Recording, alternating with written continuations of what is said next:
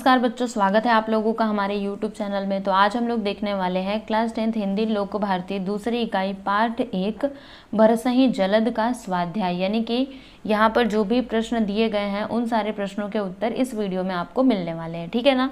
और मैं आप लोग को बता दूं कि ये जो आपका लेसन है ना, वो मैंने ऑलरेडी एक्सप्लेन कर दिया है। मतलब यहाँ पे जो भी चौपाइयाँ और जो भी दोहा दिए गए हैं उसका मीनिंग मैंने समझाया हुआ है, ठीक है। तो अगर आपको इस लेसन का एक्सप्लेनेशन चाहिए तो आप हमारे उस वीडियो को ज़रूर देखिएगा, ठीक है। प्लेलिस्ट में जाकर के आप देख सकते हैं। तो चलिए अब स्टार्ट करते हैं। यहाँ पे क्वेश्चन क्या है, सूचना के अनुसार कृतियाँ कीजिए। इसमें पहला है कृति पूर्ण कीजिए। क्या है यहाँ पे, देखो पद्यांश में आए प्राकृतिक जल स्रोत, यानी ये जो हमारा पद्यांश है यहाँ पे प्राकृतिक जल स्रोत जो भी आए हैं उनके नाम लिख दीजिए। तो नदी और समुद्र, ठीक है। प्रश्न नंबर 2 है यहाँ पे कि निम्न अर्थ को स्पष्ट करने वाली पंक्तियाँ लिखिए। यहाँ पे जो अर्थ दिए गए हैं, ठीक है, तो इनको स्पष्ट करने वाली पंक्तियाँ आपको लिखनी है। जैसे कि पहला यहाँ पे संतों की सहनशीलता, तो इसको कौन सी पंक्तियाँ हैं जो स्पष्ट कर रही हैं, तो देख लो ये वाली, खल के बचन संत सह जैसे। फिर दूसरा कपूत के कारण कुल की हानि, तो ये हमको कैसे पता चलता है, कौन सी पंक्ति से, तो देख लो जिमी कपूत के उपजे कुल सद्धर्म नसाही।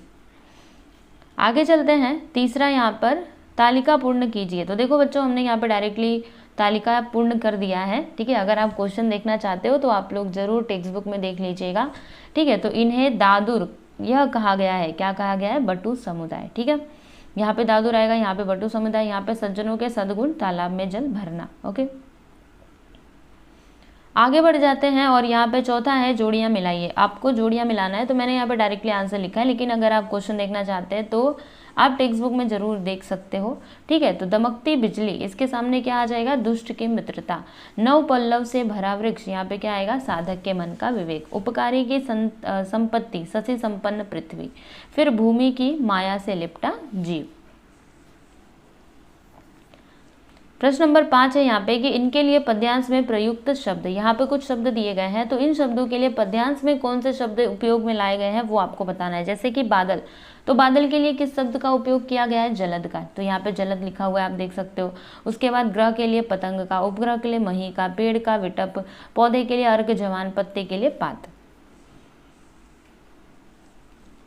छठवां देखिएगा, इसमें क्या है कि प्रस्तुत पद्यांश से अपनी पसंद की किन्हीं 4 पंक्तियों का सरल अर्थ लिखिए। देखो बच्चों अभी आपको क्या करना है, जैसे ये जो पद्यांश दिया गया है बरसही जलंध में, जो भी चौपाइयाँ और दोहा दिए गए उनमें से कोई भी 4 पद्यांश, मतलब 4 लाइन, ठीक है, 4 पंक्तियों का सरल अर्थ आप बताइए, ठीक है, अपने शब्दों में।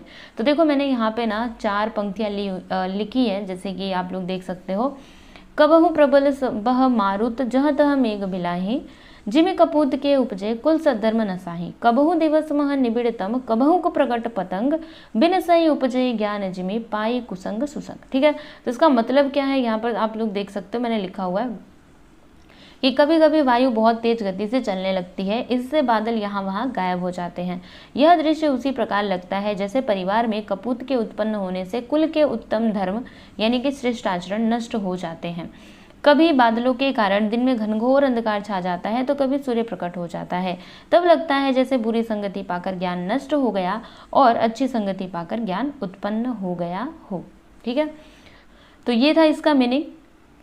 अब आगे बढ़ जाते हैं, इतना समझ में आया ना। आगे क्या है, उपयोजित लेखन। इसमें क्या है कि परहित सरिस धर्म नहीं भाई, इस सुवचन पर आधारित कहानी लेखन कीजिए। देखो बच्चों अभी आपको एक कहानी लिखना है, ठीक है। तो किस पे आधारित कहानी लिखनी है, देखो यहाँ पे ये जो सुवचन बोला गया, अच्छा वचन, परहित सरिस धर्म नहीं भाई, ठीक है। तो इसके ऊपर देखिए हमने एक कहानी लिखी हुई है, बहुत छोटी सी, ज़्यादा बड़ी नहीं है। तो चलो आपको पढ़ के बताती हूँ। परोपकार सबसे बड़ा धर्म, ये इस कहानी का नाम है।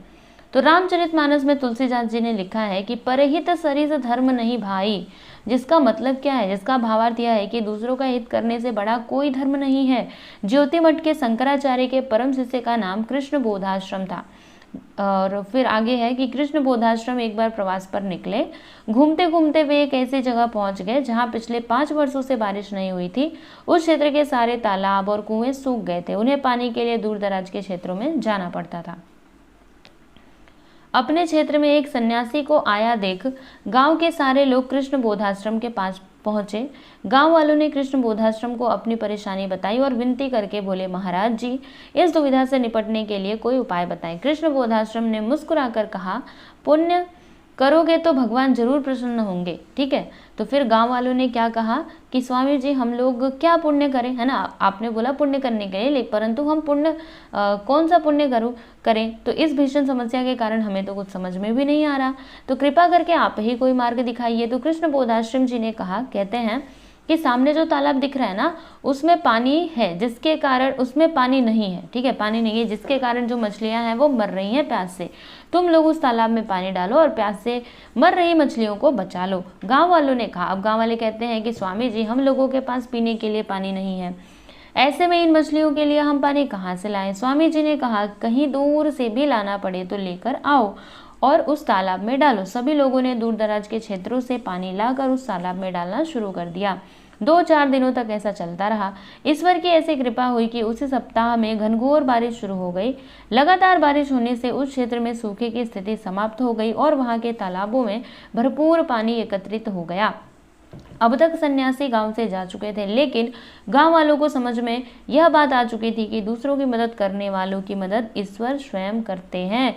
इस घटना के बाद उस क्षेत्र के लोगों ने परहित का मार्ग अपना लिया और इससे सारा क्षेत्र खुशहाल बन गया। तो इससे हमको क्या सीख मिलती है कि दूसरों की सहायता करना ही सबसे बड़ा धर्म है। इसीलिए बच्चों, आप लोगों को दूसरों की सहायता करनी ही चाहिए। ठीक है ना। तो चलिए, आप इस कहानी को देख लीजिए, इसका स्क्रीनशॉट लेना है तो ले लीजिए। ठीक है, अच्छी कहानी थी ना, तो इसीलिए परोपकार से बड़ा कोई धर्म नहीं होता, हमेशा सबका भला कीजिए। ठीक है ना। ये देखिए आगे वाला। तो फाइनली यहाँ पे ये जो आपका लेसन है बरसही जलद, इसके प्रश्न उत्तर हमने समाप्त कर लिए हैं। मुझे उम्मीद है आप लोग को समझ में आया ही रहेगा, है ना। ज़्यादा डिफिकल्ट नहीं है, इट्स वेरी इजी, आपको समझ में आया ही होगा, है ना।